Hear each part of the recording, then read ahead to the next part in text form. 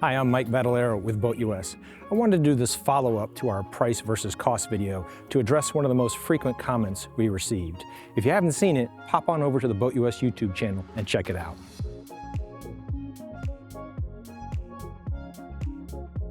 One of the more frequent comments was some variation of, if you can't pay cash for it, you can't afford it. Now let me just start by saying I 100% agree you shouldn't be buying things you can't afford, whether it's boats, cars, other luxury items.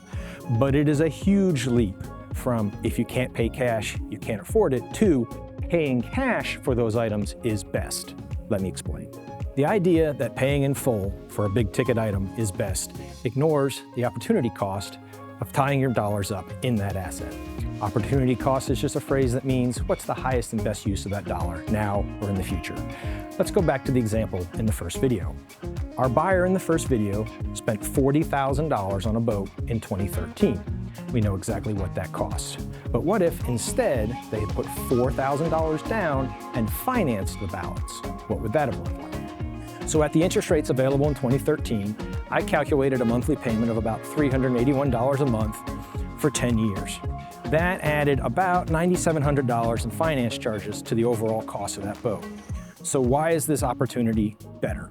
So it comes down to what other opportunities did our buyer have to do with that $36,000? Well, if they had simply stuck it in the S&P 500, what would have happened?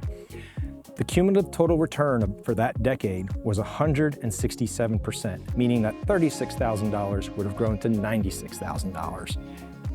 So our buyer missed out on approximately $60,000 in gains, which more than offsets the $9,700 they would have spent in financing. Now, I'm not saying everybody should finance everything. That's a recipe for a cash flow disaster. What I am saying is you can benefit from borrowing as long as your money is outgrowing your borrowing costs. Now, there's plenty of reasons to avoid monthly payments. Maybe you're self-employed, your income fluctuates, maybe you have seasonal employment, and perhaps more commonly, maybe your credit doesn't allow you to access the low interest rates necessary to have gains in the stock market that offset those costs. Now, this assumes that you're comfortable with the risks inherent in the stock market.